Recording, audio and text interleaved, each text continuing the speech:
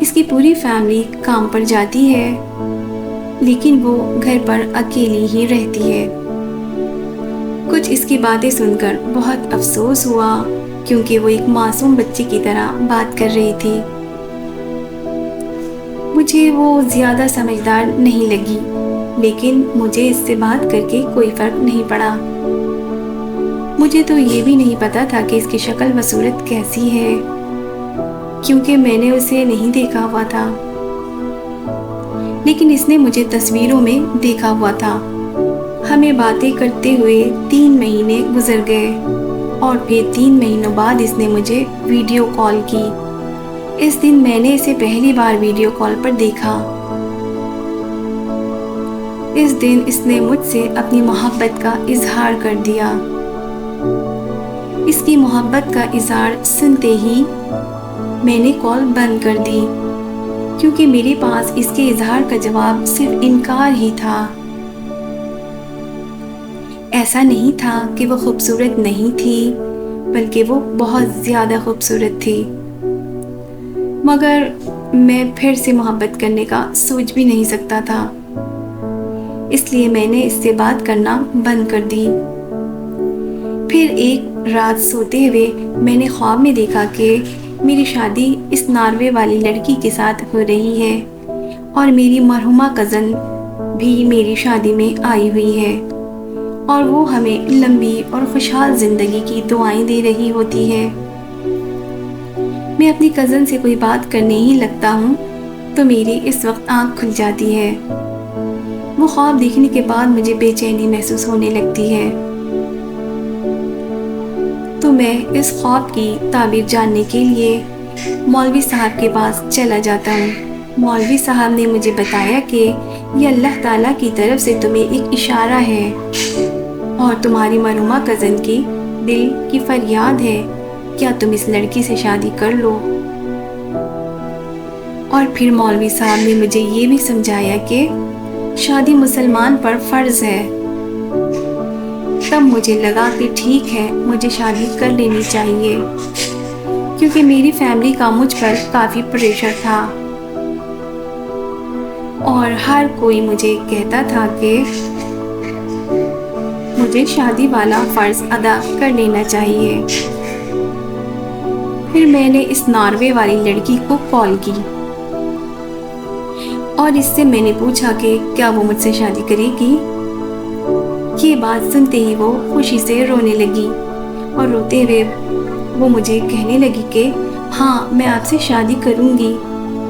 میں نے اسے کہا کہ ٹھیک ہے، تم اپنے گھر والوں سے بات کرو اور میں بھی اپنے گھر والوں سے بات کرتا ہوں۔ جب میں نے اپنے گھر والوں سے شادی کی بات کی تو میری ماں خوشی سے پھوٹ پھوٹ کر رونے لگی کیونکہ میری ماں ہر وقت میری شادی کی فکر میں رہتی تھی۔ اس لڑکی بھی اپنے گھر والوں سے بات کر لی تھی اور پھر مجھے بتایا کہ 2 مہینوں تک اس کی فیملی اور وہ پاکستان واپس آ رہے ہیں، تو میں تب رشتے کی بات کروں گی۔ 2 مہینے ایسے ہی گزر گئے لیکن وہ پاکستان نہیں آئے، بلکہ اس نے بتایا کہ اس کے بابا کو یہ رشتہ منظور نہیں ہے اور نہ ہی منظوری کی وجہ ہماری ذاتوں کا مختلف ہونا ہے۔ پھر اس نے مجھے کہا کہ میں جلد ہی اپنے بابا کو منا لوں گی اور جب تک میرے بابا نہیں مانتے ہمیں تب تک انتظار کرنا ہوگا۔ میں بھی اس کے والد صاحب کی رضامندی چاہتا تھا، اسی لیے میں نے اسے کہا کہ ٹھیک ہے۔ اسے میری کچھ عادتیں پسند نہیں تھیں، جیسے کہ میں سگریٹ پیتا ہوں، تو میں نے اس کے کہنے پر سگریٹ پینا چھوڑ دی۔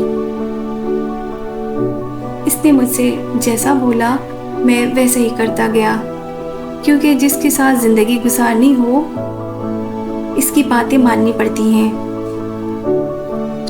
پھر ایک دن اس نے مجھے کہا کہ میرے بابا کبھی بھی نہیں مانیں گے،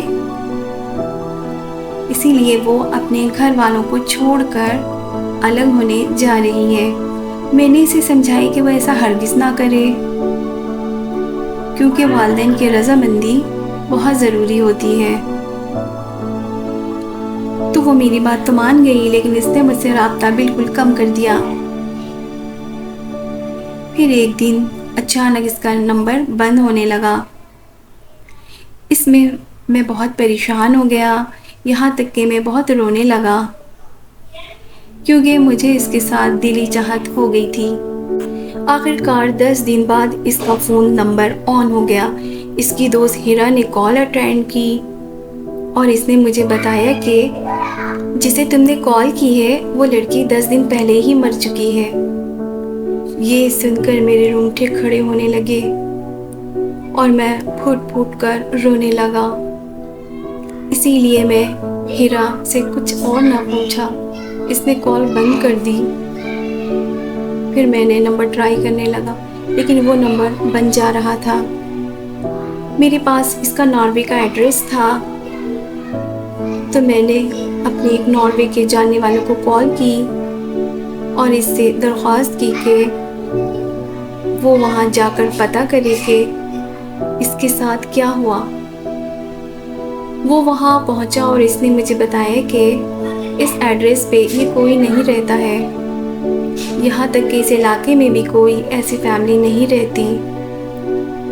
یہ سن کر مجھے اور تکلیف ہوئی کہ وہ کون تھی اور کہاں چلی گئی۔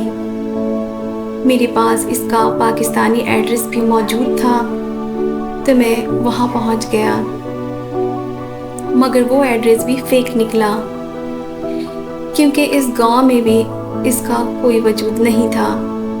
مجھے ایک بات تو سمجھ آ گئی تھی کہ وہ زندہ ہے اور اس نے میرے ساتھ دھوکہ کیا ہے،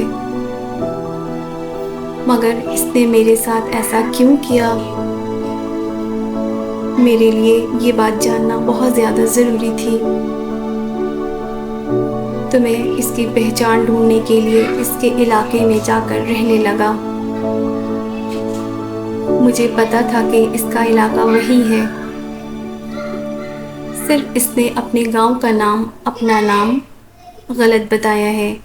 میں ہر اس جگہ پر گیا جہاں کا نام میں نے اس کی زبان سے سنا تھا۔ میں نے وہاں کے لوگوں کو ساتھ جان پہچان بنائی، پھر اس کی تصویر دکھا کر لوگوں سے پوچھنا شروع کیا، اور آخر کار میں اس کی پہچان ڈھونڈنے میں کامیاب ہو گیا۔ وہ گاؤں میں نہیں بلکہ شہر میں رہنے والی تھی اور ناروے سے پاکستان کسی سے شادی کرنے کے لیے آئی ہوئی تھی۔ اس کی شادی 2 دن بعد تھی، تو میں شادی کا انتظار کرنے لگا۔ پھر جس دن اس کی شادی تھی، اس دن میں وہاں میرج ہال پہنچ گیا۔ جب میں نے اسے دیکھا تو وہ دلہن کے جوڑے میں بیٹھی ہنس رہی تھی۔ میں اس کے پاس جا کر اس سے پوچھنا چاہتا تھا کہ آخر اس نے میرے ساتھ اتنا بڑا دھوکہ کیوں کیا؟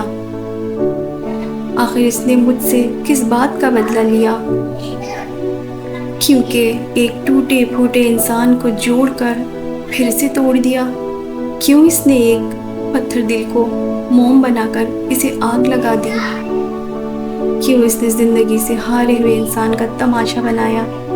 میرے ہزاروں سوال تھے جو میں اس سے پوچھنا چاہتا تھا، مگر اس سے پہلے وہ میرا سامنا کرتی اور میرے آگے شرمندہ ہوتی۔ میں نے اسے معاف کیا اور اس سے ملے بغیر واپس آ گیا، اور میں آ کر بھی کیا کر سکتا تھا؟ اس کا سامنا کر کے مجھے کیا ملتا؟ مجھے کچھ نہیں ملنا تھا، بلکہ اس کی زندگی کا سب سے خوبصورت دن خراب ہو جاتا تھا۔ اگر وہ میرے ساتھ دھوکہ کر گئی تو کوئی بڑی بات نہیں، اگر مجھے تکلیف ہوئی تو کوئی بڑی بات نہیں۔ یہ دکھ، درد، تکلیفیں کون سا پہلی بار میری زندگی میں آئے تھے؟ یہ تو ہمیشہ سے میری زندگی کا حصہ رہے ہیں، اور شاید آخری سانس تک یہی سب سہنا ہے۔